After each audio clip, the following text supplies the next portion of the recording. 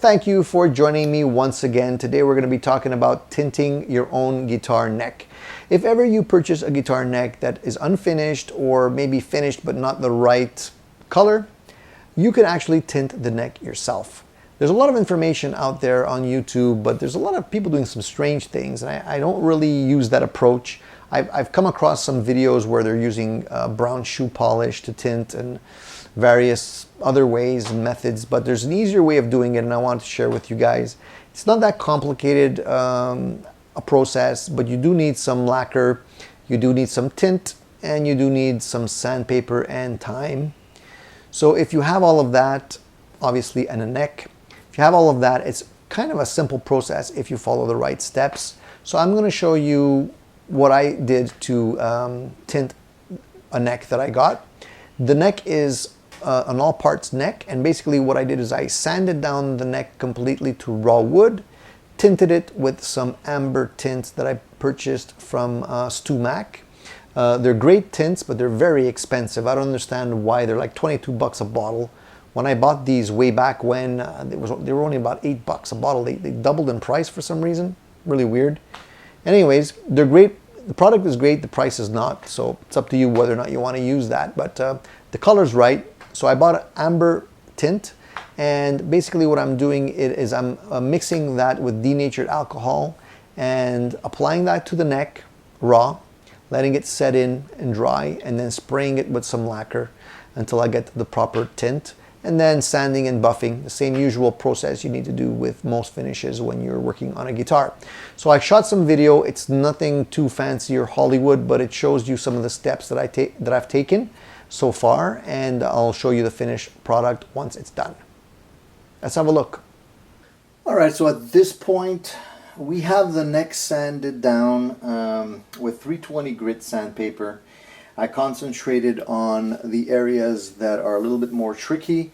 Anything that has a curve, like right here next to the truss rod, this section here, and underneath, these curves here require a little bit more attention because you have to kind of sand them by hand. So what I do is, if there's curves involved, what I like to do is just take a little bit of sandpaper. Usually I take the 320 grit. You can also take 1000 grit, but in this case 320 grit will do the job. I'll just wrap it around something round. In this case it's a pen, right? Just get a nice round edge there, and then you could easily sand off the areas that are a little bit more tricky, because you can get into the curves a lot easier that way. And so you just spend a little bit more time in those areas. And I choose to sand by hand, because if you take a sander, oftentimes the sander is too big, too aggressive, and you might end up changing the geometry, the curve, and you don't want to do that. You want to keep the flat edges flat. You want to keep the curved edges curved. So you want to make sure that you can do that just basically by doing it by hand as much as possible. I know it's a little bit more of a pain because it takes more work, but the results are worth it. And once you have those areas sanded off properly, then you can move on to the next step. In this case, what I'm going to do is I'm going to explain to you how I'll go about tinting the neck.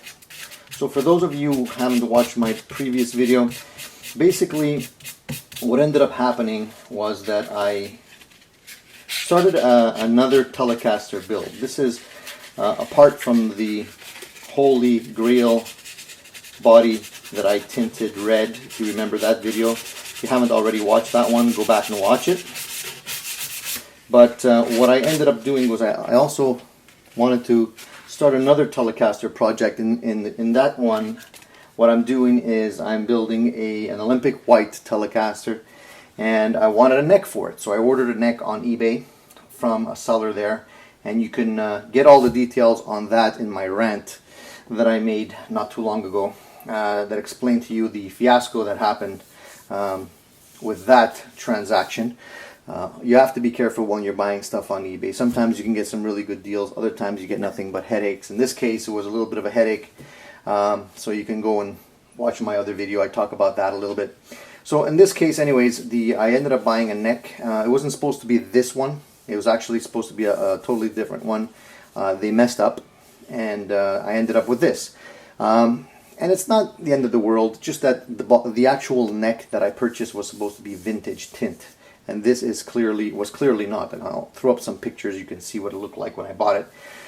So I decided to cut my losses and stick with this. It's actually overall a pretty good neck. It's got a nice profile to it. It's got nice large frets, has a bone nut. And to be honest with you, having the truss rod adjustment here as opposed to the heel where it was supposed to be is not necessarily a bad thing. I was going for the vintage look, but having the truss rod here is actually more practical. So I'm okay with that. Now the only problem is the tint, and that's a little bit more of a pain because it's hard to get the correct tint. You can buy stuff like this, which is Bellin, it's a guitar toner they call it, and it's StarCast Amber, and I thought it would do the trick, but actually it's very orange. So unless you're going for like a Gretsch look, I wouldn't use this. It's just way too orange. So what I did was I pulled out my trusty trans tints that I bought from StuMac. They're very expensive. They're about 22 bucks a bottle. When I bought these, they were I think $7 or $8 a bottle. They went up quite a bit. So I'm going to be using the amber for this project. And what I'm going to do is I'm going to fill up one of these little containers here. It's plastic containers. You can get these actually from like Wendy's. They put ketchup in there. When you go there and you buy a meal, just grab a couple extra. So what I'm going to do is I'm going to take one of these, fill it up halfway with some denatured alcohol. And what denatured alcohol is just pure alcohol. In Canada, you have a hard time finding this stuff. They don't really call it denatured alcohol. They call it methyl hydrate, 99.9% pure alcohol. So I'm just going to put about half the container full of that, half the container, with 4 to 5 drops of the amber tint, and then I'm going to apply it directly to the wood using a cloth, just as if you were staining the neck. And once that's done, I'll let it dry for a bit, and then I'll apply a mist coat of the lacquer, let that dry, and then apply a few more coats of the lacquer, sand it smooth, buff it, and it should be done. Now, the critical thing here is if you already have poly on the neck, you might have a tough time getting the lacquer to stick to the poly. So what I would recommend is that you scuff it with 320 grit, or maybe, 320 should be okay. Maybe you can go with a little bit of a higher grit. Just scuff it enough so that the lacquer will stick and won't peel off, because you don't want the lacquer to do that. The trans tints, I've tried the trans tint directly over poly and it works too. It'll dye the poly to a certain degree. The only thing is that, over time it might wear off, you might get it on your hands. So I prefer to have it underneath the finish as opposed to on top of the finish. But it does work. Works surprisingly well, actually. So this neck is you can see here, it's a WD Music licensed by Fender neck. Good quality neck. I think once it's done, it's going to be a really nice neck. So what I'm going to do now is I'm going to just tape it off, just mask it off, because I don't want the tint to necessarily get on the rosewood. So I'm just going to tape it off in line with the rosewood here, cover up the rosewood, and start tinting it and see what kind of results I get. Alright, so now we have the neck here sanded down and taped off, and you don't necessarily have to do this when you're staining it, but I figured I'd do it now so that it'll be ready for the actual lacquer application. So now what we want to do is we want to first of all put on our vinyl gloves, because the stains, man, they go on your hands a lot better than the wood. So put on some vinyl gloves if you have them. Otherwise, you're going to have funky looking hands for a while. So in the meantime, as I said earlier, what I'm going to do now is just apply the stain directly onto the wood. And we're going to do it with a little bit of methyl hydrate, 99.9% alcohol. You don't want to drink this stuff, that's for sure. Not a lot. I'd say about half. You don't have to be precise. You can eyeball it. That's a little bit more would do the job here.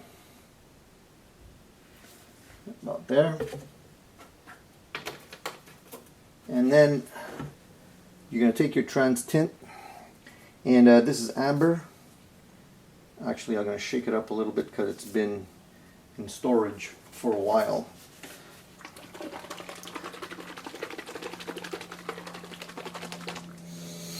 There we go. Now you want to put about 4 to 5 drops. You can always go a little bit less and then add more, but I usually try and get about 4 drops. So you have to be careful because sometimes it comes up pretty quick.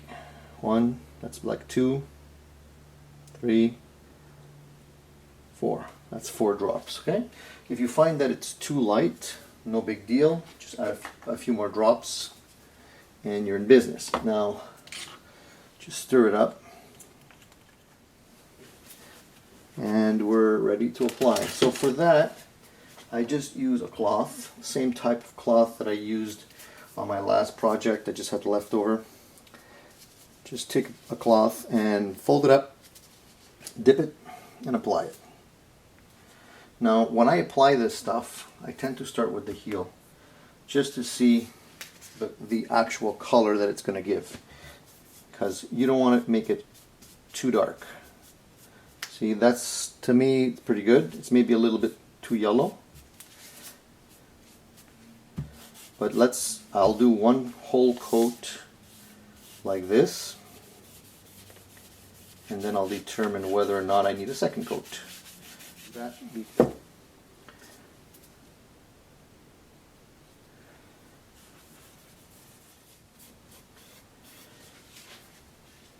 Make sure you get all of the edges underneath. And the face of the neck the face of the headstock is important. You can go pretty fast with this. So what I like to do is do like a quick coat. See, like here, for example, I touched it with my glove. I'm starting to get little stains on it, so you want to try to avoid that. And I'm going to take off this glove here. I don't know if you can see that, but just basically going over it with the rag that's already wet, just to get the areas that I might have missed. You might see some areas that are not picking up the dye as much because there might be a little bit of poly left over in those areas, like there. So I might have to like sand that a little bit to make it grab the color a little bit more. Don't forget the bottom of the neck, like so.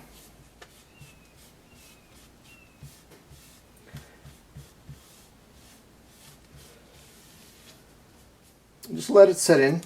It's going to look really yellow. Once you apply the actual varnish, or in this case lacquer, it's going to look a lot better. Alright, so this is the first tint. As you can see, the neck looks pretty amber at this point.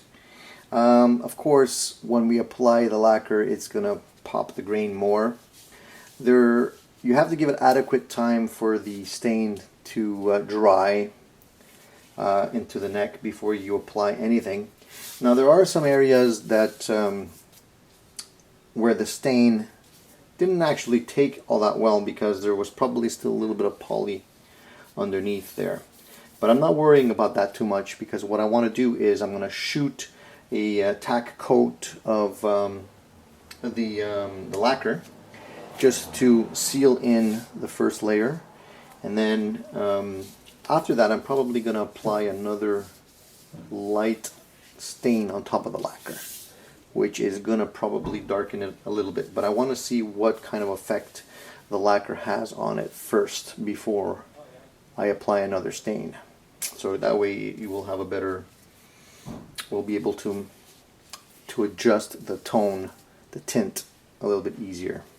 So let's let this dry completely, and then we'll come back and we'll shoot a layer of lacquer on it. So here is the guitar tinted. It's a couple of coats of lacquer that I've put on it. I haven't sanded anything yet. I just wanted to get close to the color that I was aiming for in terms of the actual amber color. So it came out not bad. It's going to look better once it's sanded and polished. Now the neck headstock is not as shiny because I didn't spray as many coats on it here. So you can see that's still a little bit dull. I'm going to go ahead and then shoot a couple more coats of lacquer on it just to get it glossier, and then just finish it off by buffing it, and it should be almost done. It's quite a big difference compared to the color that I had there originally.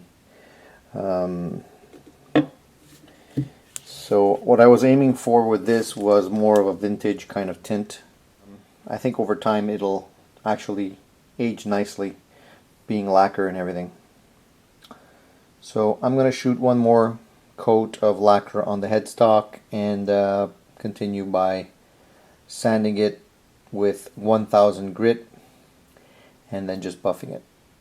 So the neck refinish is pretty much complete. I'm pretty happy with the way it came out. The actual lacquer came out really nice, really shiny, glossy. As you can see the gloss on the reflections there. Super nice. Took a while for me to buff it to this kind of shine by hand, but it's worth it, I think. The results at the end were actually better than I expected, and I think overall the neck is going to make a really nice addition to the guitar I'm building. Now, just a couple of little things I wanted to point out when you're doing this. If you're going to be masking off the neck, I would suggest you stop at the inside portion of the fretboard, the nut here. So you can actually stop the tape there, so that this portion of the neck is glossy, just like the headstock.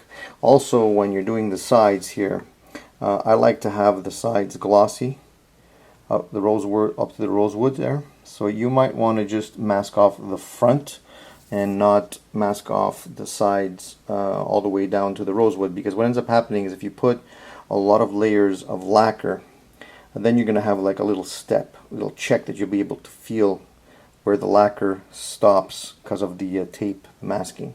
So I prefer to make it go all the way up to the edge, so that way it's consistent. You don't have any checks or anything like that. And that's it. I think it came out pretty nice. Just be patient with it, don't rush it, and if you have any kind of specks or any kind of dust or anything that gets into the lacquer when you're working with it, avoid all temptations to mess with it. Leave it, don't touch it, don't try and pick it out. You're just going to make it worse. Just leave it as is, let the lacquer dry, and then you just wet sand it with some high grit sandpaper like 1000 or 800. Just get that little defect out, and then reapply another layer of lacquer. That's the best way to go about doing that. You can see a little bit of flame here. It has a little bit of reflection. As you can see, the lighting in my garage is not the best, but you get the idea. Came out pretty good. I'm pretty happy with it. So now the next step in this preparing this neck would be to make sure that all the frets are level. If they're not level, then I'm just going to level them out, recrown them, polish them. Hopefully they'll be okay, and then put it on the body and then go to the next step. I also have some nice locking tuners that I purchased for this, so I'm going to be putting the locking tuners on the headstock too. Also, one thing I forgot to mention, if you're planning on putting on a decal here, a water slide, you might want to do that on the bare wood, then apply the lacquer on top of it if you want to protect the water slide decal. Otherwise, you can actually put the water slide decal on top of the lacquer like Fender used to do in the olden days, but it'll end up changing color and becoming, you know, kind of relic looking. Some people like that. It's up to you. The only thing is, if you put it underneath the lacquer, you got to do a lot of coats of lacquer to be able to make sure that it's flush and flat. So basically, you want to bury the decal in the lacquer and then sand down the lacquer so that the decal is flush with the lacquer. You got to be careful, because if you burn through the lacquer when you're burn through the decal when you're sanding, you're out of luck, and then you got to basically you strip it and restart. So I prefer to actually put the decal over the lacquer. You can also sandwich it in between. You can do some lacquer at the bottom, put the water slide, and then keep on putting layers of lacquer on top of it. But you need a lot of layers. All right, guys, so that's it for now. So there you are, guys. It's not an extremely difficult process, and if you're stuck with a neck that is not the right color, you can definitely work with that and get it to be the tint that you want it to be. Just a little time and effort is all that is required. So thank you for watching this episode. If you have any comments or have a better way of doing it, just leave your comments below. If you haven't already subscribed, please do. There'll be more great videos coming your way. In the meantime, guys, stay tuned and keep rocking.